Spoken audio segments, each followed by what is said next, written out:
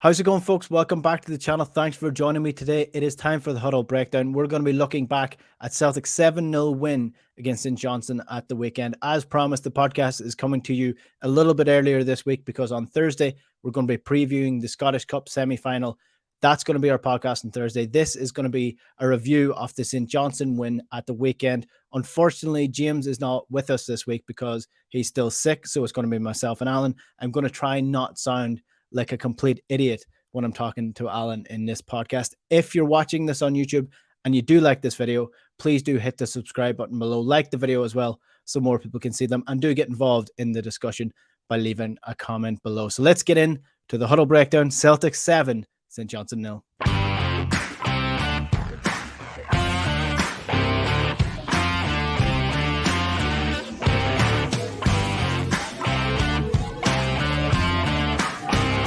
Hello there, you're very welcome along to the Huddle Breakdown. Enda here with you in the company of Alan Morrison and Alan Morrison alone, because we're looking back to the Celtic 7, St Johnstone 0 game at the weekend.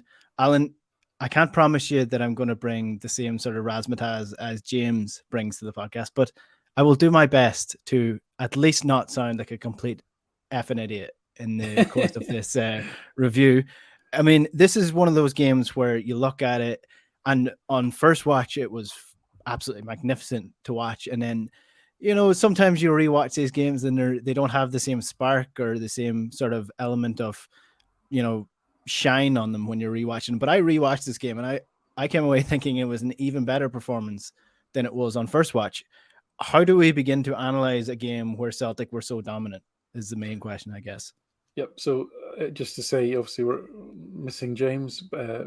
Shame he's not here, but I'll do my best to provide the perspective that sort of says, you know, yes, we won 7-0, but these are all the things that could have gone wrong. I'll have a go at that maybe, but no, it was hugely enjoyable. You know, I was watching the game. I was actually doing the Axon match day coverage with Paul and Lawrence, and I was trying to be professional and take notes and stuff, but at the end I couldn't keep up with all the sort of action and all the good chances and what have you. It was just, and actually I found that because I was concentrating on taking notes, I didn't enjoy it as much as just like a fan just taking in what. All the lovely little bits. I mean, just the little cameos like Kygo coming on and so forth, and the reactions to some of the goals and so forth. It was just there's a lot in it that was very, very pleasurable. And like you say, and yes, you can always pick a few little holes, but yeah, it was a thrilling performance. But I think that's the aspect of it is what is this telling us about where we are now as a team, and what does that mean for the rest of the season? That's probably the key message, I would say. Just on that, I'm sure everybody has read a match report from a journalist and came away thinking, what game was he watching? Like their report can be sometimes completely different. You've sort of given an insight into the life of a journalist at a football match, because sometimes when you're at a match reporting at a game, and especially if you're for print media as opposed to broadcast media, sometimes you might only get to see maybe 60% of the play because you're typing as you go. And it's actually such a bizarre situation that sometimes the spectators actually do see more in the game than you see as someone who's supposed to be concentrating on. But that's a side note to all of it. Just on the actual performance itself and how good it was and the style of football that Celtic are now playing, I did a video on this channel for the Monday Breakdown yesterday where I sort of put together a slight hypothesis, not one that I'm willing to die on the hill for, that this could be one of the most exciting Celtic teams to watch in my lifetime, at least. So I'm talking about Rodgers, Strachan, Lennon by two, and Ronnie Dyla. So I'd argue that if the Celtic team do go on to win the treble, that there probably are one of the best teams that I've watched as a Celtic supporter. You've seen Tommy Burns Celtic. You've seen obviously more of the Martin O'Neill era than me. The football we're playing at the minute, how does it compare? Yeah, and more. I mean, I suppose the first team Dalglish was still playing when I started watching Celtic. So unfortunately, he left the second sort of season I was watching. And then you morphed into I suppose my favourite team, which is the the team of the very early 1980s with McGrain and McStay and Burns and Nicholas and McGarvey, Proven, people like that. I mean, football is very different. I mean, if you just need to watch the games from that era to see how stretched the play is, and the idea of being compact and deep. I mean, you saw that in European games. Sometimes a team would come from Romania and they'll have men behind the ball or whatever. But pressing and counter pressing and all this sort of thing. Just the general level of fitness of players as well. So it's very different. I think these comparisons are very hard to make. I do think this is potentially the most thrilling football that Celtic have played. Martin's O'Neill's team were a big, strong side. They had truly great players, and Larson and Sutton and Petrov and people like that, tremendous players. And they did often win heavily, but they often also ground out results. And Martin O'Neill was, I keep saying this, people sort of forget the number of times Celtic would go 1-up in a game, and O'Neill could be quite conservative when he wanted to be. Mm-hmm. So they weren't always the most thrilling team that side of it. They were a big, powerful side and scored a lot of goals from set plays and what have you. Not to say they weren't a very good and incredibly effective side, but in terms of, I'm just talking about fast attacking football, I suppose. Rogers' first year, I guess, was a bit like that. Even some of Lennon's teams touched it occasionally. I think Hooper and Stokes, particularly when they were a forward pairing, was an exciting team to watch with Commons sort of thrown into the mix. They produced some thrilling performances, but I think this has got the potential to be consistently thrilling as an attacking force. So I think it's a fair observation. Yeah, for sure. And again, I do want to hammer home the fact I'm not saying they are the best, because I mean Martin O'Neill's side got to a European Cup final or a UEFA Cup final. That is, the argument is not that they are the best or the most effective. Is this the best football that I've seen Celtic play? And it's getting there. It's making me incredibly excited for what's to come in year two of Ange, if this is year one. One of the key aspects to this game was passing and the amount of passes that Celtic have. Now, a lot of different data aggregators have different exact numbers for this. The Cynic have Celtic clocked at over 1,000 attempted passes in this game. Y-Scout have it a little bit less than that. They've just, I think it's 964 attempted passes. Y-Scout have it clocked at with 894 completed passes. Now, I also mentioned in that video that if it is 894 completed passes as of 2019 with Opta data, that makes Celtic in the top 5 most completed passes since the data was started to be collected by Opta. So we're up there with Pep Guardiola's Bayern Munich side, did it against Hertha Berlin, and a couple of other Pep Guardiola sides, a couple of other teams as well. So Celtic are really, really good at passing the ball and showed that against St Johnstone. Yeah, absolutely. I mean, in terms of just that passing stat, I mean, as you probably know, I sort of do sit and laboriously capture all the data myself. So I don't use a data aggregator, a data provider. I do it myself. So that means that there'll be inconsistencies in these things. And also, I'm not, unlike some of the data providers, I'm not there to provide the data within 24 hours of the game, which I like to think means that I take my time and accuracy is important type of thing. I guess I'm just going to say my data's better. That's really what I'm trying to say in a roundabout sort of way. But no, I had it nevertheless, 929 is 101 more than the next highest this season. So that's an incredible amount of passes. And as we all know, that's interesting and probably tells us something about team style, but it doesn't necessarily, it could also equally say that we recycled the ball and passed it around the back a lot and didn't really create much. So that's why you've got to always kind of add context to that stat. And certainly the 84% possession was a season high as well.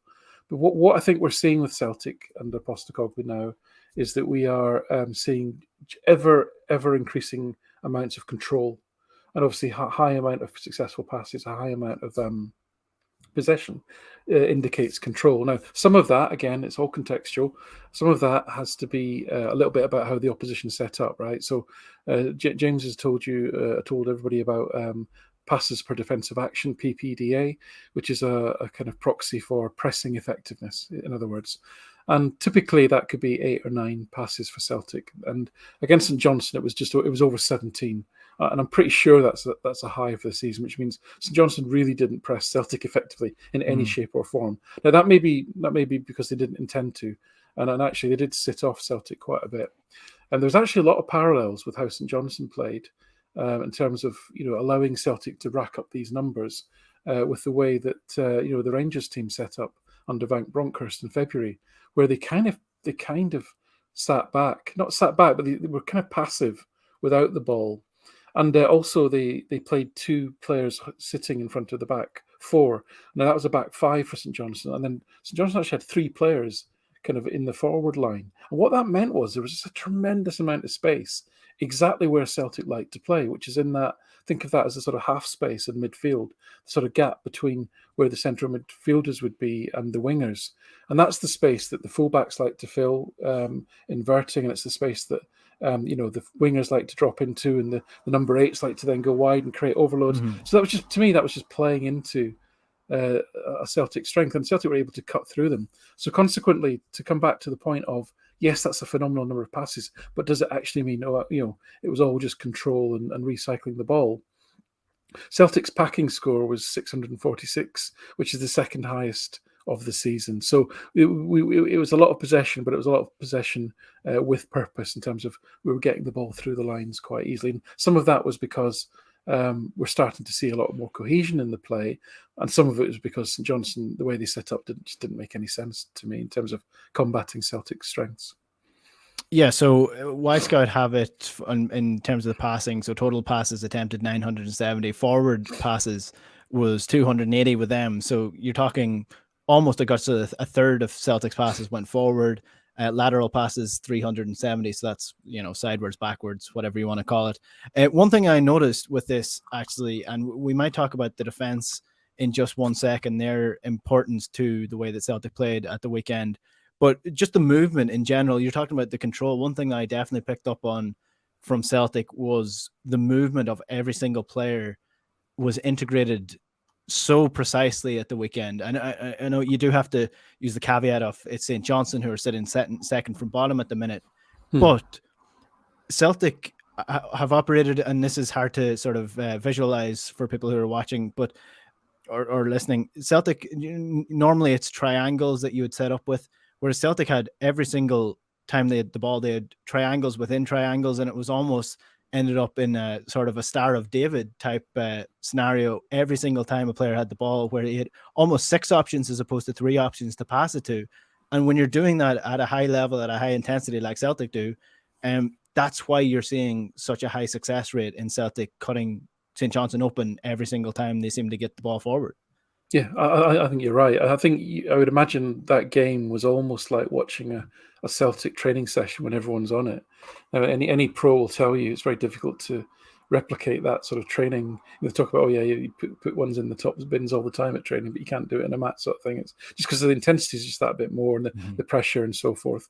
But that felt like they were running through training routines and movement and off the ball and shape, etc., as if it was almost a training match. And I don't think I've ever felt as sorry for an opposing team as I did for St Johnstone, because that must have been an absolutely awful experience, because 16% of possession, and when they did get possession, the thing that impressed me even more about Celtic than those attacking shapes was just the work rate off the ball to win the ball back. It was just incredible, and it really was obvious as well. The number of times the St Johnstone player would get it back, they'd be hurried into a pass, and then the ball would go backwards, and that would be a trigger for like 4 Celtic players to kind of surround them, and very quickly the possession would be recycled again. I mean, the first 2 goals came from that kind of pressure. Giakoumakis they'd won the ball back from Celtic, and Giakoumakis put in a challenge in the box, and that then triggered the goal for Hatate. And then again, Maeda put so much pressure on the fullback that there was a poor pass back, and again Giakoumakis was right on top of the goalkeeper, and he rounded him to score. So that pressure, it brought results as well, and that aspect of it was really obvious in terms of just the sheer work rate off the ball. Then allows you to get the ball back, and then suddenly the game becomes a lot easier, and then you can dominate possession like they did. But yeah, no, you're absolutely spot on. I mean, some of the passing stats were ridiculous. So, I mean, Starfelt completed 163 passes. He only gave the ball away in passing once. That's quite remarkable.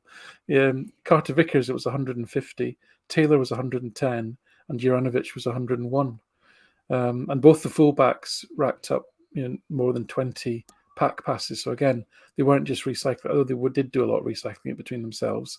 They also got the ball forward, at least in 16% of Carter Vickers' passes were pack passes and 15% of Starfelt's.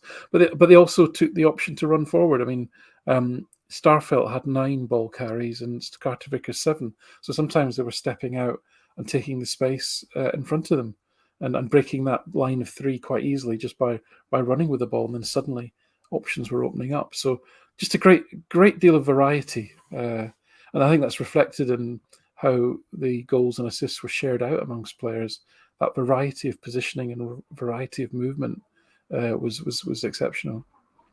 Yeah, Matt O'Reilly, you mentioned the training situation and how it almost felt like a training session for them. Matt O'Reilly mentioned that after the game, talking about the training and how intense the training is all the time.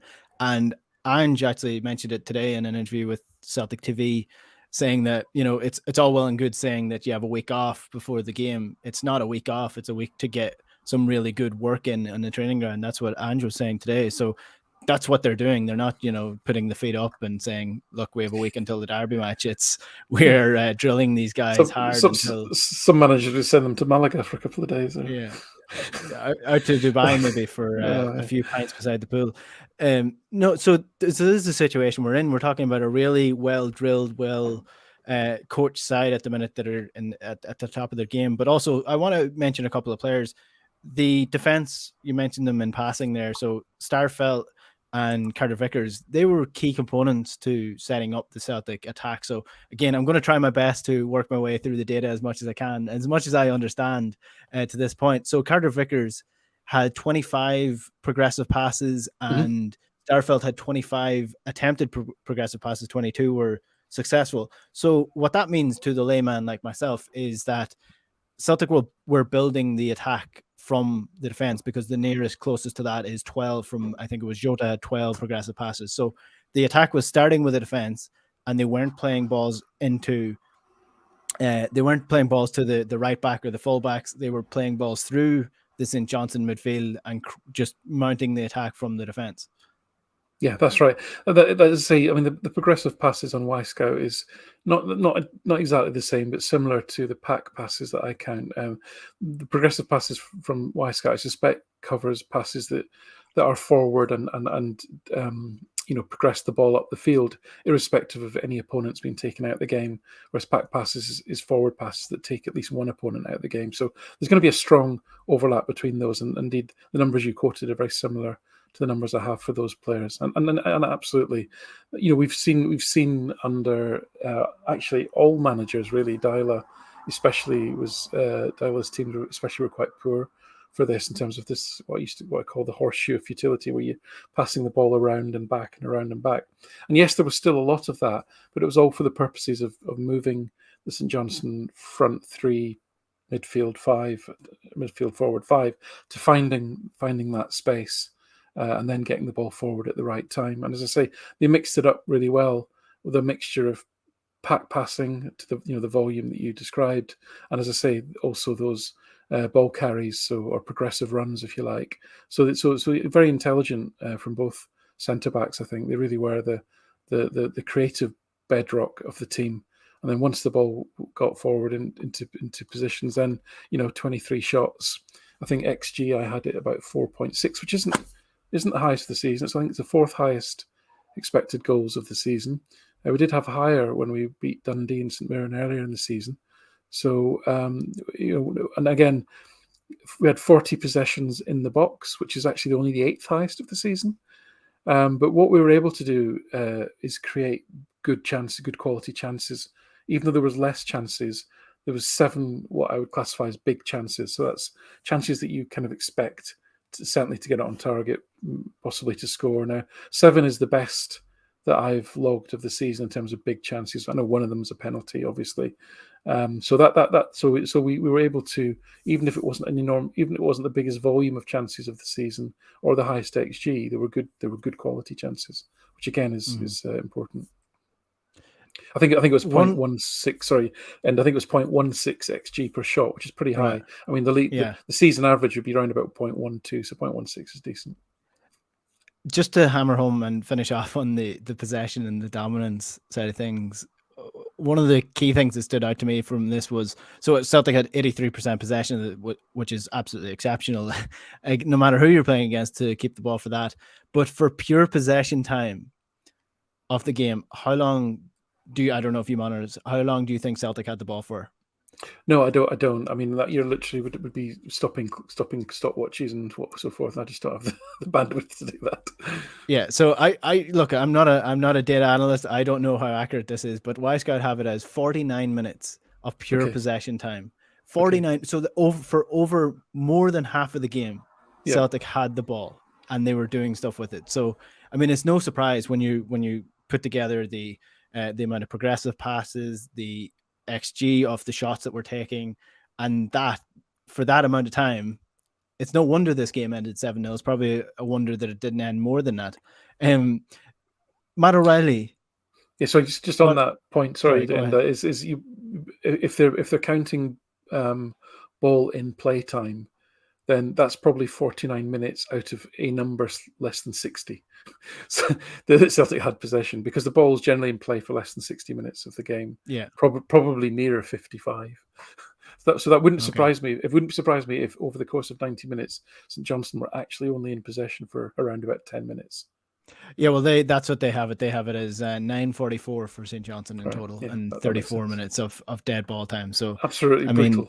If you yourself, if you've trained all week and you literally get like a few touches, it's just brutal, isn't it? Mm-hmm. Matt O'Reilly's goal, the second one. I mean, everyone was sort of like what you were chatting about with taking notes during the game and watching it live and trying to concentrate at the same time. Everybody was so focused on Kygo at the sideline that I think that goal went underappreciated because there were so many passes in the build up to that. And not only that, the finish was absolutely phenomenal as well. I think there's a unique angle going around, not the unique angle from Celtic, the one filmed from the stand. There was over 20 passes involved in this play, and it was just complete, pure football. In fact, both O'Reilly goals, the diving header, which I love, a good old fashioned diving, Andy Gray, Scotland striker, used to be famous for scoring goals like that. Great header of the ball. That came out of nowhere, but that was actually culmination of a 17 pass move, the diving header. But the Rogic-like shot into the top corner was 47 passes. It's just ridiculous. And so, what do we say from this? Like, so we're missing our third man here now to bring us down to earth and say that we potentially could have pressed better or whatever. What can Ange take from this game? Because he was asked in the post-match press conference, I think by the Cynic as well, about metrics and how you learn from that. And he did mention that they do look at that as well as just saying, "Oh, good job, guys, well done." So what would he be looking at this game now and saying Celtic can improve on? Because it is difficult. You do often hear the cliche of you learn more from your defeats than you do your wins. Celtic don't have many defeats throughout the course of the season. They do have a few tighter games. But when you win a game 7-0 and you have all this possession and you're completely dominant, what would you be saying that Celtic would need to take from this? Yeah, listen, it is difficult when you've strangled the life out of an opponent to the extent that they're literally on the ball for less than 10 minutes in a match. I mean, you are trying to find, you are nitpicking to the nth degree to try and find some improvement on that aspect of the game. I mean, they had one shot right in the 4th minute, and that was it. Never threatened the goal again. So defensively, you're sort of thinking, okay, there might be some things about some alignments and transition, but I don't remember that being particularly an issue. I suspect what you're looking for is there was enough. One of the two things that I took away from it, over and above the obvious things, was just that counter pressing, just seeing how well that's starting to really bed in now. and how relentless we pressed St Johnstone in the rare moments they did get the ball. And the second thing was just how the fact that everyone came off the bench and contributed enormously. And I think in terms of what do you take from this if you're Postecoglou, it's probably looking at some of the data, looking at Turnbull, especially O'Reilly. Kygo wasn't on the pitch that long, McCarthy, and just making a judgment as to, in terms of the intensity of their pressing, how far did they cover, things like that, just to get a sense of how close to proper match fitness do you think they are. I think that will be something that you would look at. I mean, Abada came on and he had more shots than anybody else. O'Reilly came on and was just absolutely phenomenal. I think he ended up with the best. He had, what did he have now? I don't know if he had the best expected scoring contribution, because the penalty sort of distorts these sort of things. But he had one of the best expected scoring contributions. He had one of the best packing scores, and he was only on the pitch for half the game. He was tremendous. Abada was tremendous. Even McCarthy was decent. So all the substitutes came on, and Kygo wasn't involved. But the first thing he did, literally the first thing he did when he got the ball, was ping a 50-yard pass that took out the whole St Johnstone team. It was an unbelievable pass, and Abada scored.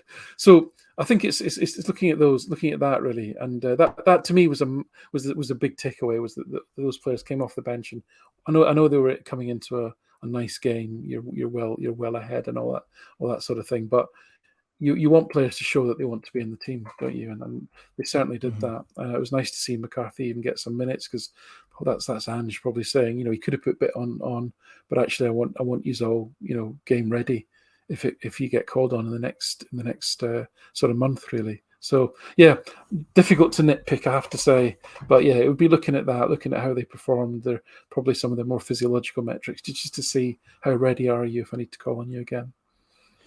Yeah, it was the substitute one is great, because Abada, I highlighted this. There's pictures of him celebrating his goal to make it 7-0, and he's celebrating as if he just won the game for Celtic. He's properly shown that he wanted to be there. And the Kygo one's an interesting one, because we don't normally see him dropping back that deep. No. What are we thinking there? Is that just maybe just he wanted to get a touch on the ball, he's just on the pitch after a couple of months, or are we potentially seeing a new thing within the Celtic system with Kygo now that Maeda is there and Abada is there to do those forward runs? Yeah, I mean, I think we've seen little glimpses of Kygo where you sort of think, could he be like a bit more of a 10 than an out striker? I don't know in that instance. I'm not sure. I think there was Johnson weirdly had decided to they chucked on a couple of forwards, and they kind of pressed a bit higher for a period in the second half. And of course, I think they lost 2 goals because of it. They just became totally vulnerable to Celtic passing through. And I think Kygo just saw an ocean of space and went and filled it, frankly. Just an intelligent footballer making an intelligent move into space. But what was fascinating was that Kygo knew the run that Maeda was going to make, and he absolutely nailed it. That's a little glimpse into some interesting possibilities. And the thing that I just put a little tweet out about was that's the first 16 minutes that we've seen Matt O'Reilly and Kygo on the pitch at the same time. Now, they didn't connect and they didn't do anything, but if you think about the vision of O'Reilly's passing, it's just, for me, phenomenal. And you think of I think O'Reilly talked about Kyogo's movement in training. He did, yeah. I'm really excited to see those two playing together. I think that could be very, very interesting. Yeah, because if you take it back to the start of the season on this podcast, the amount of times that we spoke about Kygo making runs, but nobody in midfield that had the vision or ability to pick him out. Matt O'Reilly, I reckon he has the vision and the ability to pick Kygo out a couple of times. So it would be very interesting coming down over the next couple of weeks in the split fixtures to see how that develops. And yeah, Matt O'Reilly was speaking, and was it after the game? I think he might have been speaking about just being on the pitch with him and seeing, because he had seen him doing it in training and doing little bits in training, but when it came to match day, he said he was absolutely phenomenal. So very exciting times indeed. The cup semi-finals coming up this weekend. Giakoumakis pulled up in this game. Now there's word that he is still training, so he may or may not be fit for this game. And hinting at, potentially it won't be Kygo starting this game, that he's not ready yet. So that probably means Abada up front with the other two. So just before we get to the cup final, or cup semi-final, because we're going to do a proper preview of that on Thursday, the split fixtures are Ross County first, then Celtic against Rangers again 7 days later, Hearts at home, Dundee United away, and then Motherwell finish off in the season. So, I mean, we're leaning towards hoping that Motherwell were part of this split. Ross County, again, Celtic completely dominated them a couple of weeks ago. Dundee United, my favorite team to play personally. And then 2 tough fixtures against Hearts and against Rangers to finish off the season. But there's a strong possibility that Celtic knock Rangers out of the cup this weekend, and then a week later have the opportunity to go 9 points ahead against a side that have nothing left to play for, depending on how this Europa League clash goes for them. So, I mean, this potentially should be the run to the trophy. This is the first time I'm willing to openly admit that this is the run to the trophy, as opposed to Celtic fighting for a trophy. Yeah, I mean, I think after the 3-0 in February, I did say in a moment of emotional openness that I thought if Celtic opened up a gap, like 6 points, for example, that I would call it. So I ought to eat my own dog food on that one and maintain a level of confidence that Celtic are going to do this. I mean, just on the fixtures then, so I think the SPFL got really lucky that Ross County and Dundee United and Motherwell made it, because certainly for Celtic, it means that we've got a fair set of fixtures to close the season, because it was looking like the way for reasons I have no idea, the SPFL, what they normally would do is you'd look at how the teams had finished the season before, and you'd look at the top 6 from that season, and you'd say, right, well, for Celtic, say you'll play 2 of them at home, 3 away, or vice versa, and then for the Rangers it'd be the same.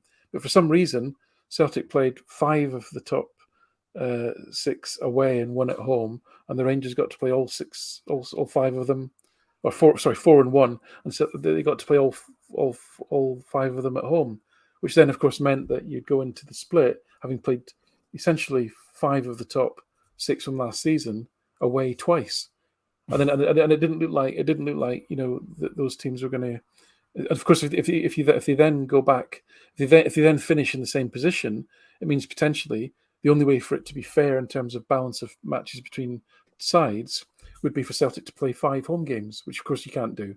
So then Celtic would have had 3 games against some of the tougher sides. So anyway, that was the situation that the SPFL created, and I don't know why they did it. But as it actually turned out, some unexpected teams got into the mix, and it's actually worked out really fair. So that's great. I'm really pleased about that. It's all we ask for is a bit of fairness. Yeah, I mean, this is a complete beside the point, but the fact that Aberdeen and Hibs aren't in the top 6, I mean, it is a real indictment. For whatever you want to say about the money differences between Rangers and Celtic and the rest, Hibs and Aberdeen should be in the top 6. They really, really should. It's down to mismanagement that they're not at this point in time. In terms of the other fixtures, Hearts, difficult, always a difficult fixture. But yeah, at home, I mean, nothing really to play for. Yeah, well, this is it. They've got absolutely nothing to play for, and professional footballers are human like the rest of us. So I'm sure they'll put a decent shift in at Celtic Park. It's not going to have quite the intensity as that tight 1-0 game did, a while back when Kygo scored his famous onside goal. It will be. I mean, Ross County. I think if you, I wouldn't say if you had to handpick a top 6, but certainly Motherwell are, I think, Celtic find quite easy to play against. I know Celtic have dropped points against Dundee United and had a very tight 1-0, but in all of those games we generally absolutely dominate them. And in fact, the 3-0 game in the cup match was up there with Saturday actually for being that sort of one-sided. So kind of okay with all those games. And then it's just, say Hearts at home, you'd think, well, Hearts don't normally do well at Celtic Park. So I think it's looking really strong. I really do. I mean, I would always be cautious about being overconfident, but when I just put out a tweet today because I've had it in my mind God, when you win really heavily like that, do you then sometimes not do well in the next game? You know what I mean? And I don't think that's been the case for Celtic overall, but it was a bit under Neil Lennon. Where it's a few times we had big wins followed by quite disappointing performances. But you just know, I feel confidence in this team and confidence in the manager that if anybody's letting their performance drop in training this week, then they ain't playing at the weekend, and it's going to be people that are hungry and have been at it all week in training that are going to get the nod. Because you saw what the performance was of the guys that came on. They're ready to go. So some of them. So everyone needs to be at it. So that I feel confident that the vagaries of cup football, of course, but it won't be through lack of the team being up for the game. I was doing some hypothesizing ahead of this game. So this is the third time Celtic will play Rangers this season. The first game, they blitzed them, completely dominated them. For the first 20 minutes, we're already, home and hosed by halftime, and then just sat back and took up the pressure. The last game, they were not so dominant in the first couple of minutes, probably still asleep, but it was a compact defensive performance that we didn't really see from Celtic before that. What's the third type of game plan that we're going to spring on Rangers this weekend? I guess with Abada potentially starting, we'll just assume that Abada is starting up front with Maeda and Jota. What sort of elements does that bring that will be different to what we've done already? Well, I mean, remember that Abada is 6 clear. If you look at scoring contributions, so goals plus assists, Abada's 6 clear of anyone else at the top of the leaderboard for Celtic. So he's Celtic's highest scoring contributor this season with 28 goals and assists. So, it's not a bad player to kind of have to come in if Giakoumakis doesn't make it. What I hope is that he does make it, because three unchanged lineups in a row, a team that's clearly growing, is playing well together, offers a huge variety of threat, in terms of speed, physicality, movement off the ball, passing ability, etc. If Abada came in, would it weaken it? Probably not. It would mean Jota might go to a slightly more preferred left-hand side. Not that it makes a huge amount of difference. And Maeda would be happy to see play through the middle, but I'd rather he made it. So in terms of what Celtic will do, he's going to be the same. I think they'll try and play like they did on Saturday. But what we've seen is that if that doesn't work out, or the game state dictates that they need to play a different way, then they'll play a different way. And that's what we're learning, I think, about Postecoglou, is that he's got a variety of adjustments that he can make to the team to try and get the team over the line. So I feel confident that we'll have a coherent plan to adapt in any circumstance. I'm not going to ask you for a prediction this early in the week. Not I yet. won't do that to you. Maybe Thursday. Yeah. We'll be previewing the game. Hopefully James will be back with us. He's just ill at the minute, so hopefully he'll be feeling a little bit better. Before we finish up with this game, then, anything else you want to bring up? I forgot we probably should have mentioned Colin McGregor in this game as well, because again, if you're looking at that goal that we've spoken about, I mean, how many times was he on the ball for that alone? The pivot as the sixth, this was where he really shone at the weekend. It was. I mean, just in terms of that, I mean, he didn't actually get involved in a lot of final third action. I mean, he didn't have any shots, and he didn't actually provide any. He didn't create any chances. But again, 14 pack passes, 95 passes overall, 96% accuracy. He just was the glue. He just linked things together. It's so easy with St Johnstone to play through that. It wasn't that McGregor was redundant, but it was actually quite easy for the centre-backs especially to get the ball to the more creative players further up the field. You almost didn't need McGregor shuttling it on, but he did it anyway because we just had so much possession. But he was fantastic, just in, as I say, just being that kind of perpetual motion, always being available to be on the ball, always trying to get the team forward, and didn't even have to contribute that much in the final third. Yeah, do you know what he reminded me of? I used this analogy before, but I'm going to develop it even further. Do you know when you bring your pal who actually plays football to a five-a-side game to lads who don't play football at all? And he feels he's already scored 6 goals in the game, so he feels it might just need to take it a little bit easier. So he just drops into midfield and starts controlling the ball. That's what Colin McGregor was at the weekend. He was just he wasn't really doing much with the ball. He wasn't really creating many chances. He was just getting the ball, moving along, and that was it. Really, it was all he had to do. Yeah, no, absolutely. He's certainly like all of them. Really, they all look like they're comfortable in what they're being asked to do. We talked last week about, for me, the biggest takeaway from the Derby game was, we can it's quite entertaining to argue about who was the man of the match and all this sort of thing, but the big takeaway was just that cohesion, that togetherness, that team identity is really sort of forming, and McGregor's the captain, and he kind of epitomizes that, and he represents that really well on the pitch. For sure. Anything you want to bring up before we finish up then? Just one little interesting thing was Abada's goal. So that took Abada to 10 league goals.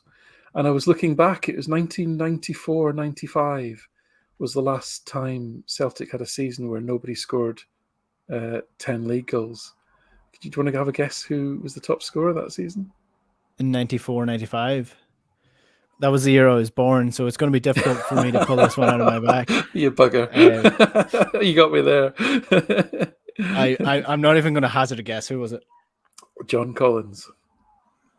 And that was partly because he took penalties, I think, as well. Yeah. There was one season under, I think, was it the last season under Roger, the second season, where Sinclair just got to 10. He scored Celtic's last goal of the season, and he got him to 10. But it doesn't happen. It's not something that happens very often. So Abada, it's fascinating. You know how many shots, goals, chances Celtic create to not have an individual player that's on 10 league goals yet. But that just shows you just the churn and the number of changes and lineup differences that we've had over the season. Well, even just on that, I was just looking at the goal scorers and the contributions of everybody. 18 different goal scorers in all competitions for Celtic this year, by my estimation, or by the estimation of the league table that I was looking at. Okay,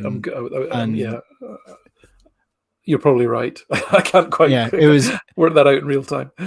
I was looking at the FOTMOB, so I'm going off them. They had 18 goal scorers in all competitions, and 10 of them have more than 4 goals, or 4 or more goals, I should say. Yeah. So, I mean, that's really phenomenal depth for what you're talking about. Because even if you look at David Turnbull, who hasn't really played all that much since Christmas, he's still up there with, goals and assists for the season. So we needed a big squad. We needed the enhancements in January that we got. And everybody has played a massive role. Even the 3 transfers that we brought in Hatate, OReilly, and Maeda, all 3 of them now have, I think Matt O'Reilly's on 3, but Hatate and Maeda both have more than 4 goals. So, I mean, you're talking about the guts of 12 goals there for January transfer market. So, I mean, that's really good going. I think you're right. I mean, I think when we reflect back on the season, that will be a theme of this season. And certainly, if you go back as long as I've just embarrassed myself to go back, you'd often have seasons where you might use sort of 16, sort of 20 players, especially when you go back to the sort of 80s, early 80s, and so forth. But we are going through a massive transition. But players like Ralston and Welsh.